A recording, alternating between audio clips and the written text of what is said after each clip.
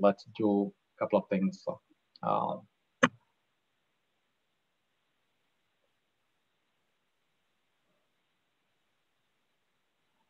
Okay, so here are some of the housekeeping rules we would like to mention here. If you have any Q&A during the sessions, please use the Zoom chat. And when not speaking, please keep your lines muted. And once the presentation is done, we will send the deck to you after the call. And today's agenda, what we are going to cover is primarily, we're going to cover 4 use cases that are not the conventional ones. Whenever we talk about Phantom, it gives an, primarily the Phantom was built for security solutions. It's an orchestration tool, and it helps to integrate various security products in the industry or the organization, and makes automations much faster to handle threats and vulnerabilities. Primarily, it's built for 3 areas. One is the threat and vulnerability management, and second one is the incident response, and third one is on the security operations. So to automate and to reduce manpower to a larger extent in the SOC environment, the SOAP product became very famous, and several competitors came to the field. And right now we have Phantom, one of the leading SOAP product in the industry, catering and providing solutions based on custom needs in several areas. We have our own built playbooks which we can market, and also based on clients' requirements, we build during our engagements and implement them.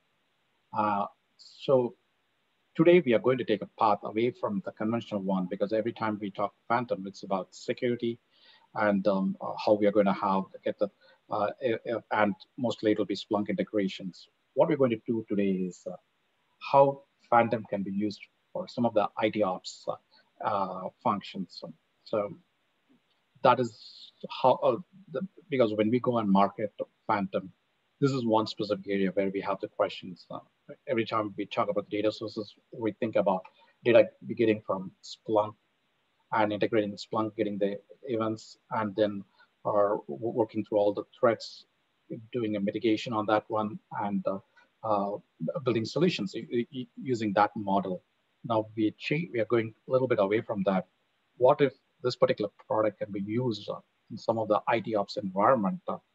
Whenever we think about IT ops, things that come into the key areas that it'll come into our mind is the first one is like security service desk, the complete ticketing systems, whether it is a Jira or ServiceNow or the IBM Resident or any ticketing systems, whatever the organization uses. So that's the area. It's already, if the client has that product already, most of the manual work required in working on that environment can be automated using Phantom. Right now, we have more than 200 apps built to cater to such requirements. For example, for ServiceNow, we have an app. For Jira, we have an app. And IBM Resilient, we have that. So if not, we can build an app. All we need is the credentials or the API key for that particular product. If the company provides that, you should be able to automate and build solutions that makes the job easier. The service desk. The second one is an application management. In a larger environment, you want to install push files to different endpoints and install applications there, monitor applications. All those categories, we can use Phantom to do that. The third is the infrastructure management. In the infrastructure management, when today everything is cloud, and AWS is playing a major role from the organization infrastructure point of view.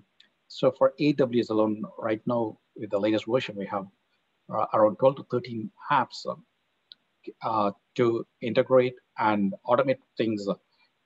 For example, in AWS, you want an environment, whether it's a Unix EC2 instance or a Windows instance, working on an instance, working on the security groups, creating a VPC, and working on the database Lambda, or working on the IAM side, any of the AWS services, we have an app created for that, and majority of the IT operations work, manual work, we can automate it and save time and dollars for the client.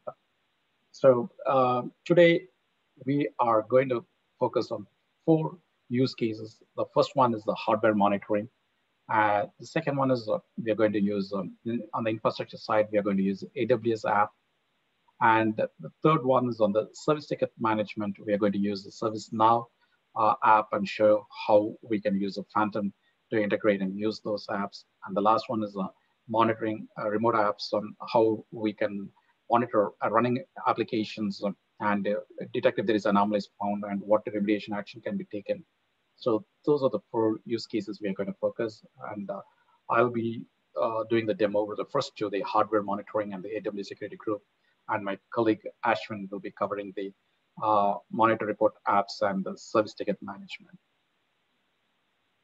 So this is the first one, the hardware monitoring. So we have an app in Phantom called SSH, which helps to monitor an endpoint or multiple endpoints and gather data from the endpoints and create reports and present in a template or reports. That can be, we can automate some of the steps within the Phantom, what actions can be taken against a report, assign individuals, all those things we will show a demo, how it can be done. And on the left-hand side, I have listed out the key demo items. Today, we are going to show how we are going to gather disk usage, memory usage, firewall list, and the current processes, what's running on the endpoint, and pushing an application into the target environment, and installing apps at remote host. So how all these things can be automated using Phantom. So that's the first demo we'll be showing. On the right-hand side, we have a list of other actions that can be done using the same SSH app. All we are right now in our demo, we are just going to show you how we can gather the firewall rules and everything and displaying as a report. But on the right-hand side, if you see, we can delete firewalls and we can block IP, we can terminate process, and if the system is compromised, we can shut down the system. And all these other additional actions from the hardware point of view, we can use this SSH app. The second one is the AWS app. We have a separate app called AWS EC2. What we're going to do here in our demo is that we are going to gather the EC2. Sorry.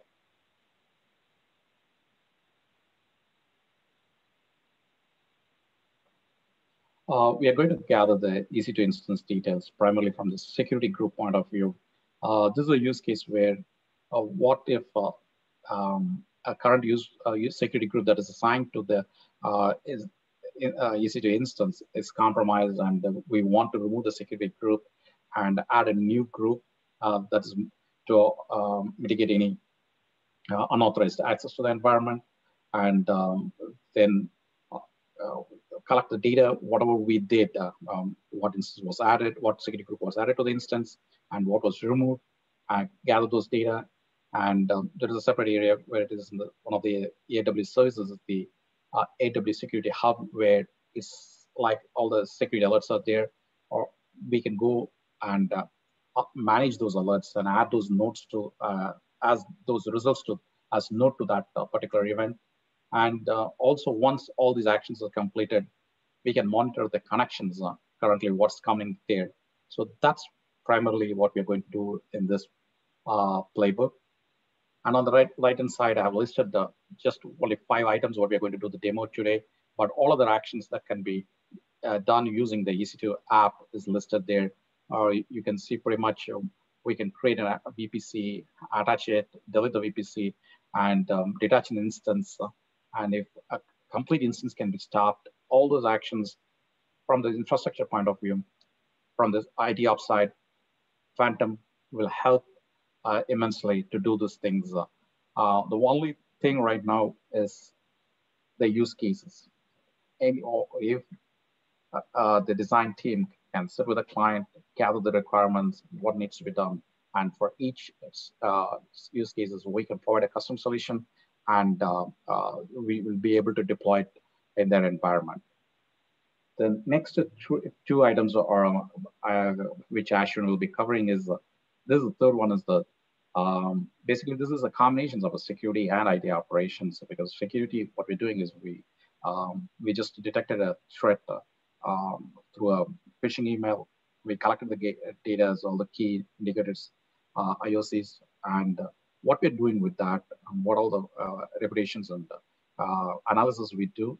We are collecting those results and we're creating a service ticket and presenting it to a SOC analyst or any of the team members in the IT apps to take a look at it. So that's the third item. And the last one is monitoring the remote applications that's currently running in a remote host.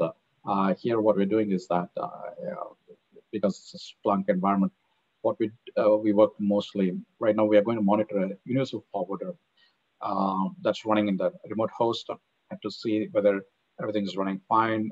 This playbook can be triggered on a timer, like regularly, or like once in 2 hours. Go check the environment. If something's wrong, we can restart the user forwarder and communicate the results to the SOC manager. So this is on the monitoring point of view. So these are the 4 use cases we are going to demo. If there are no questions, let me go into the demo.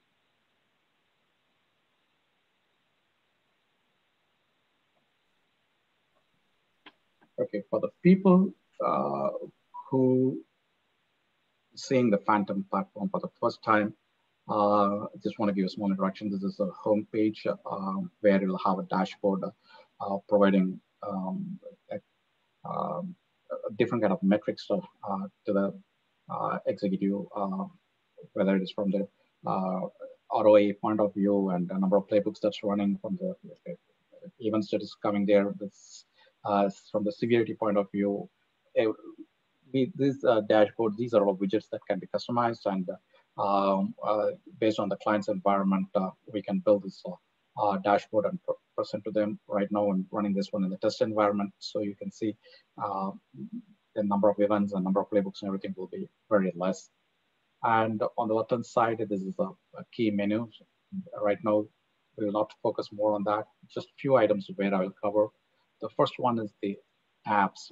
So this is the kind of an interface for Phantom to communicate outside world.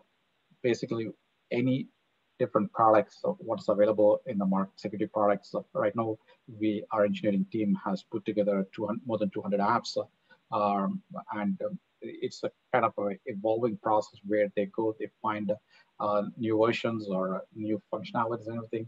They build an app and they release it. And for example, if you see, I can show you just for AWS alone, we have unconfigured apps, like 10 apps right now from the AWS, and already the configured, which I did, we have 3 AWS apps. And for each AWS services, as I mentioned earlier, for IAM, you can see there are like 16 supported actions for this particular app, for adding a new user, or for adding a policy or removing a policy. From the identity and access management point of view, we have all these actions that can be automated through Phantom. And from the database point of view, for AWS Lambda, we have around 5 actions. This is just for AWS, and for different security products, we build these apps, and all we need is a client should be able to allow us to use their credentials and configure that. Once it's done, we should be able to perform most of these actions, what they do manually. In our case, through automation, through playbooks, we should be able to execute that. So this is one area where I want to cover today in the apps. And for the other areas, the important area is the sources. This is where we get data gets ingested into the Phantom, where Phantom playbooks will act on those data and complete the automation. So, you know, for example, in my case, I have this one's for a demo. The first one, what we created is for AWS security group maintenance. All input data is currently is in a JSON format, will be stored under this artifact section. And if I select this one, I should be able to see the key input values for that particular event. So here what I can see is the EC2 instance ID. So that's the instance I have right now. And what security group to be added and what security group to be deleted. And in case if all these actions based on the maintenance, we want to gather those results. And if we want to add to a security alert in this hub, what alert, the security, the event findings ID we need. So these input information, we can get it from different sources. One, it can come through an alert, or it can be from a email from one of the end users can send that, okay, this is a system's compromise, can you please take care of it? And we can, the entire ingestion process can be automated. So once it comes to the email server, we'll be able to ingest this and get this one as in a container and start working on it. And it can come from different places, even for example, from the service node ticketing systems. We can do an on-poll and get the data from there. And I mentioned earlier, the key, one of the data sources is from Splunk. We can get data. So different ways we can get the data ingested into the source area here, and our playbook will start executing on those events and get the results for them. Complete the automation and make things easy for the, whether it's the SOC team or for the IT ops. So this is primarily the data source area. And there will be, right now we have less than 6 events because it's test environment. In an actual production environment, we have situations where we have more than 4,000 to 5,000 events will be ingested every day, and based on the severity, sensitive actions will be taken on those events, and multiple playbooks will be running to keep the SOC operating. So let's go into the first playbook. This is a playbook we have for the hardware monitoring. What we're going to do in this one is, in this playbook, we are going to add a workbook. So let's go into that area. What's a workbook?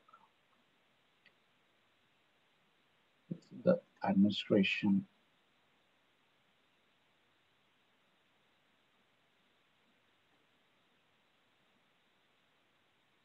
Well, let me take one of the examples where it says NIST 8000-61. So this basically, this is a template. A workbook is a template which is classified under different phases. Here, if you see, we have 4 phases here. One is a detection. The other one is an analysis and containment. The third one is an eradicate. And the fourth one is a recovery. So this is like end-to-end an incident management thing. So under each phase, we have different tasks. First, for the first one is whether if an incident has occurred, analyze precursors and indicators, look for correlating information. All these tasks are assigned to whether it's an IT ops team member or security SOC member, it will be assigned, and they should be able to go review the results or review the analysis data that's available in this section and take actions. And not only, and each task will be assigned, the entire event management can be done using this workbook. So for a particular event, in our case, for this particular one, this is an event which we got generated. So we want to act on this particular event. And right now, if you see, there is no workbook or anything assigned. We want to go and add a workbook, a template, and assign a list task there. And against each task, we want to get the hardware monitoring results, whether it's a disk memory or a disk or memory or the current firewall rules or the processes, what is running, everything, all the reports we want to gather from the endpoint and add those results as reports to these tasks. That's what we are going to do. So let's pick the wrong one.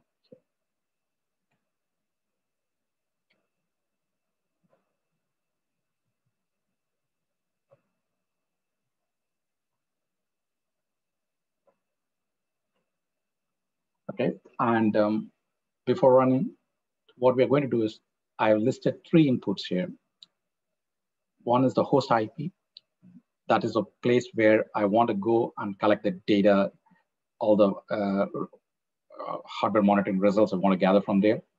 And the next one is the universal forwarder endpoint IP. This is a place where I want to do a remote application install I want to do. And the third one is the vault ID. So the vault ID is the one which gets automatically generated if I have a file attached to an event. So here in this case, I just added a script file for deploying a universal forwarder, and it's a simple 6-line command, so that will just install an app in the endpoint. So I'm just creating this particular file attached to it, and once the automation, the playbook runs, this particular file will be pushed to the target environment. It will be able to install the particular app in the remote host. So that is what the vault ID means. It's basically an identifier to that particular attached file. So with these three input, I should be able to run this playbook. So let me start the first one. Right now, I don't have any of those activities there. The workbook's empty. The guidance section is empty. All are clear here. And this ID is 16.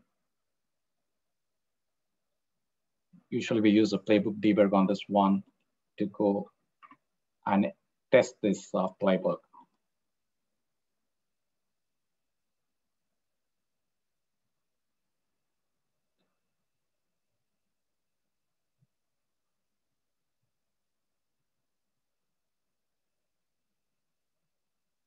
Please note that all these actions right now I'm doing manually, but these things will get automated. Just a trigger will, whether it can be in a schedule or any other trigger, will kick this playbook up and it'll start running. Right now, it ran all the steps successfully because if you see, for example, a section called disk usage, get disk usage, and it says here it actually succeeded, and build disk report, and it says Phantom add noted completed successfully.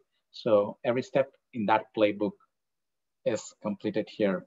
And the last one is, it's here, it says it has transferred the file, put file is completed successfully, and it executed the file there. So first one, let's go into the data source. And if you see on the workbook sections right now, a workbook called IT Ops is added, and it's right now in the phase analysis. And we have 4 tasks listed there: the get disk usage. And if you go and select the task get disk usage, and if you select the notes, and we have the reports from the target systems gathered, and it presented in the data table here with all the different parameters here used and availability and the file systems with these parameters. Not just the results will be presented, we can automate it the process in such a way, if one of these values here exceeds a certain threshold, then we can automate to take corrective actions within the playbook also. So those things can be done. And this is for the disk usage. The second one is, if you go here, we have for the memory usage, and same thing, whatever the data we want from the hardware, the memory point of view we have. Third one is the firewall rules, and all the firewalls currently in the endpoint, it's listed over here. And the fourth one is we have the processes, what's currently running there, and all the process that's currently working on the endpoint can be listed here. So this is a monitoring tool, and this playbook can be on schedule running, gathering data, or it can be on a case-to-case basis. We can do this one, and if we go into the target environment, let me show you.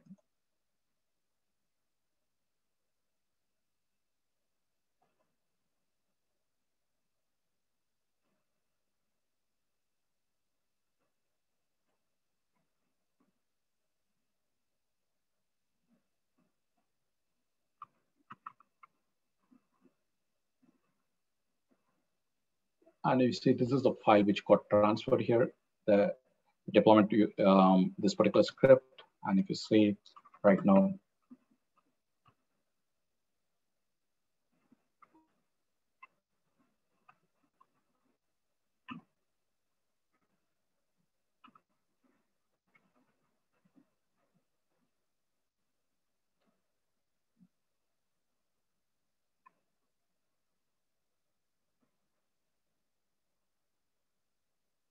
so we can say that it is ready to install the app over there. So this is pretty much the whole, what do you call, the objective of this playbook. Basically, we gather data, all the hardware related data from the remote host, and add those reports to task. And once it's done, then we should, this particular playbook is to push a script into a remote host and execute that program. So that's the first playbook, and this is done. Any questions? If you have any questions, please put it on the chat, and I should be able to answer towards the end of this presentation. The next one is the AWS Security Group maintenance. This is on the infrastructure side. Let me, before going through this playbook, I will just log into my AWS instance. Yes, okay, we have instance here. We have the security groups listed here. Okay, security hub, perfect. What we are going to do here is we have to, the entire objective of this playbook is to remove a compromised security group from an AWS instance, EC2 instance, and add a new group to prevent unauthorized access.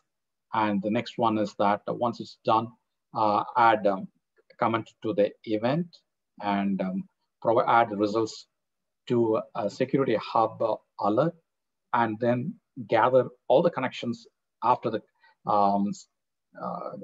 corrections made, gather those connections and add as a note to the event. So these are the items we are going to run using this playbook. That's primarily the use case here. And let's go and check the input, what we are planning to run. The first one is the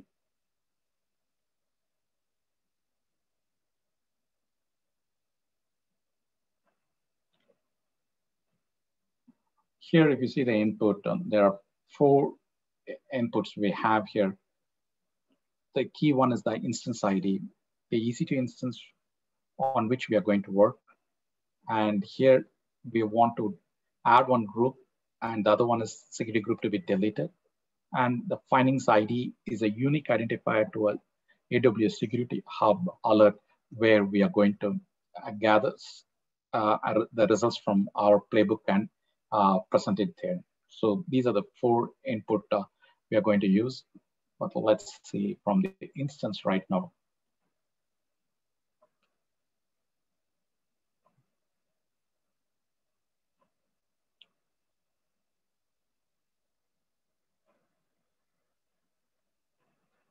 Right now on the security group, what we have ends with EE24. So let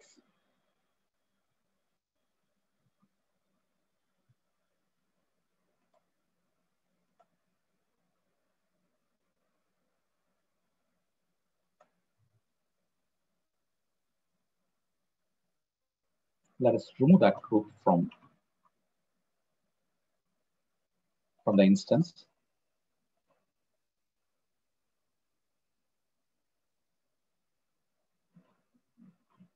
So let's save it. So we are going to add a group that ends with B597, and we are going to delete the existing security group E24 from the EC2 instance.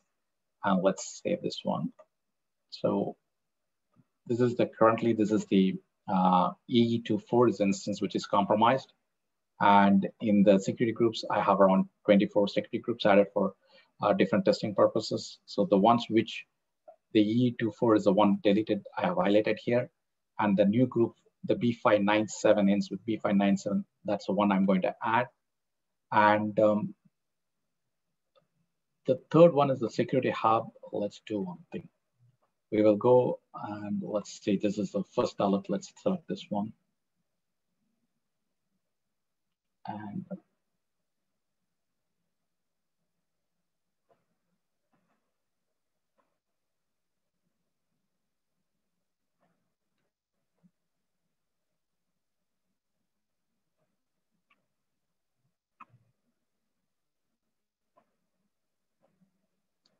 okay, so that's uh, the, the security, the findings ID. That's where the alert we want to take the results and update there. Okay, so this is pretty much we have already. Now let's walk here. So if I walk through the steps, the first one is we are describing the instance before. All we are doing is like taking a current instance and just listing out what are the security groups there, and we are gathering this data. Then we are adding the new security group. Then we are removing the existing compromised group. And once it is done, again, we are running a snapshot instance to see what all the security groups right now, whatever we added and removed happened successfully. So we want to evaluate that. And all these format sections and everything is that we are just creating a report saying what was added and what was removed. And once we collect those data, we are just going and adding the AWS Security Hub alert. We are able to add those information there.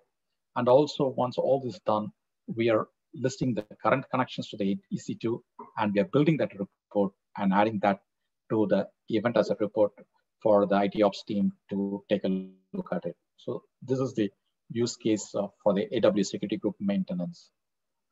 Let me run this one. Okay, this is 17.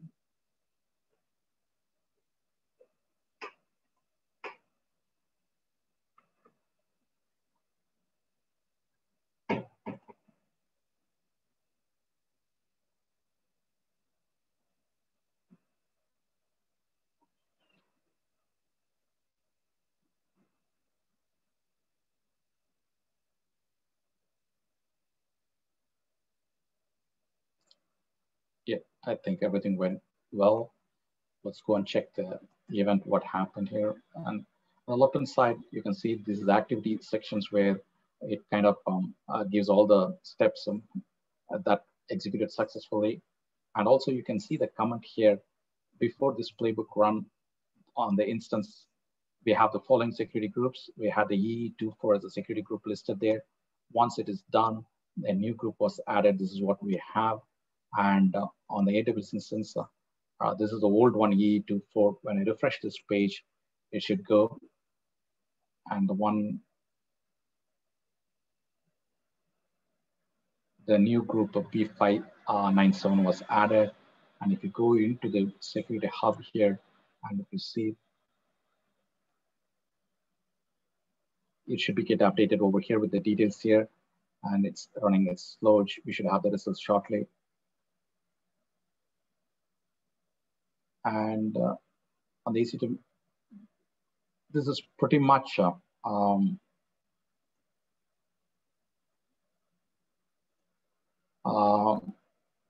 the use case execution happens here. I think we don't have much on these two use cases. If you have any questions, please post it on the Zoom chat. I should be able to take a look at it and answer to you guys. It's already 4:40. Let me ask Ashwin to jump in and take care of the next two use cases. Ashwin, are you there? Yeah, Pani, thank you. Thank you. Let me stop sharing. Yeah, let me share my screen before I share. Hey everyone, I'm Ashwin. I'm working with bitsIO as a Phantom consultant. I help with designing and developing playbooks, app configurations, and installations. So I'll be doing two use case playbooks today. I think you're able to see mine. So this is the first playbook that we'll be checking out use case wise. So this is a playbook to review remote apps on servers. In this case, we are going to do a universal forwarder on a remote server. We are going to check the status of the universal forwarder, whether it is switched on or switched off. We're going to try both the scenarios and see how it turns out. So the flow is like we have the command over here to check whether the universal forwarder is whether it is running and it's switched on. and then we make a decision based on that. If it is running, it's good, then we end the playbook. If it is not running, then we set up the command to run the playbook, and then we also email the person saying that, hey, we have switched on this forwarder. So this is a straightforward like a playbook. Let me pull up my server, and I'm going to check the status now. So it is running. So Splunk forwarder is running over here, and I'm going to run this playbook to see what it reacts with. So it's checking the UF status, and if you notice, it ended because like the decision one was called, and as the universal forwarder is running, it just passed on to the end saying that it was done. So now let's try switching off the stopping the universal forwarder.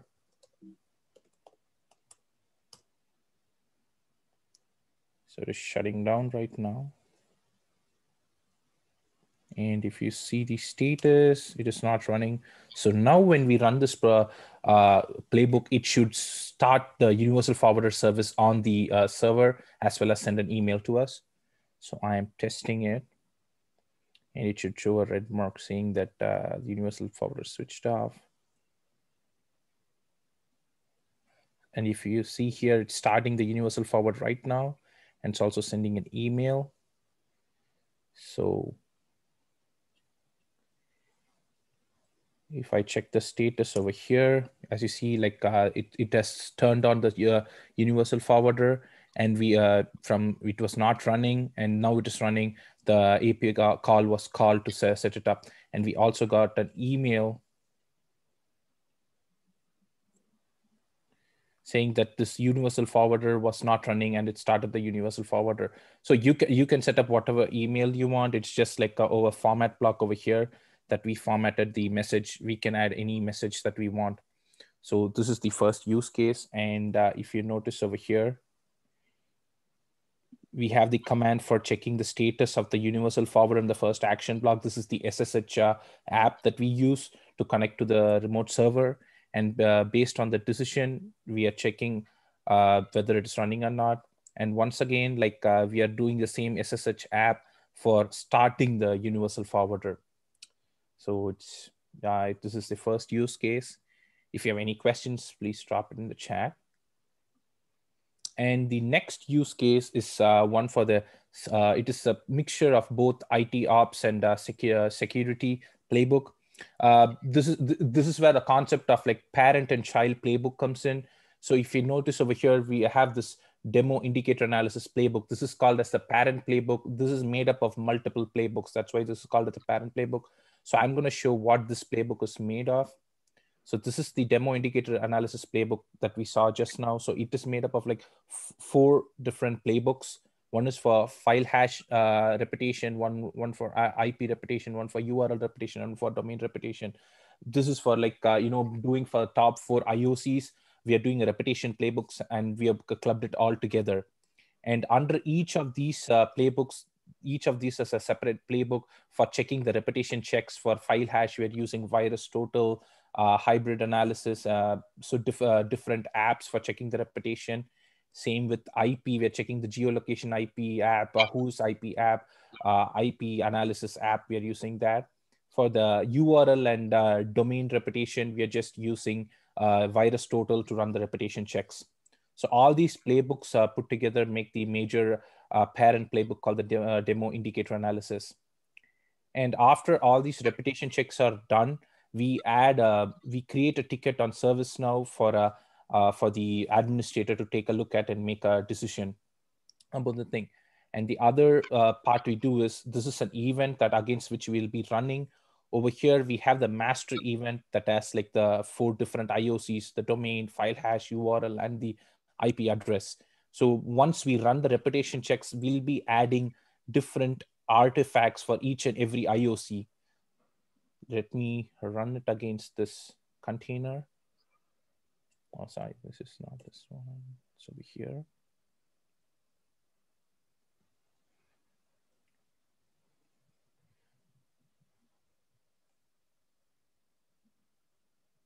So it is running all, it is kicking off all these different child playbooks before creating a ticket.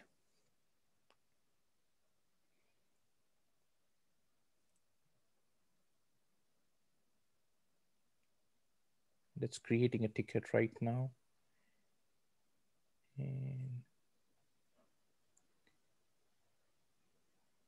And the playbook is completed. So first, let's take a look at the event. If you take a look at the event, we just had the master event artifact, but now if you notice, we have 4 more new artifacts added. These are for the different IOCs, and their results, their reputation results are being added as like, the fields. If you see here for domain URL reputation, the different results of that have been like added for like Kaspersky detected, the link, the malware detected, everything has been added as a field under the artifact for the URL reputation. We have that for each and every artifact over here, IOC artifact. And we also add like a note with these results. If you see here, we can see the virus total summary. We can see the URL analysis result, the IP analysis results, the file analysis results. We can either add it over here, or like as Pani demoed previously, we can add it to a workbook, which makes it more readable, because we have a certain list of actions, and below each action we'll have the notes. So either way works based on the the requirement. And now if we take a look at service now, if we take a look at service now, we should have a new thing. This is it. This is also added all the different results that we did over there. So for the administrator to take a look. So this can either be kicked off manually, or like as Pani mentioned, we can do it as a triggering action. Generally, each playbook has like a playbook settings that it's based on. It says operates on this. Each playbook has a tag. So whenever an event comes with a tag, the playbook gets kicked on automatically. For example, if I tag a email event coming in saying that phishing, and I have a playbook that has phishing over here in the tags, it will kick off the playbook, and the playbook executes on its own. And so this is how, like, manually we can kick it up, or we can also do based on like timing. So we can do it in major ways. So these are the two use cases I wanted to demo. And if you have any questions, please do drop it in the chat right now. Thank you.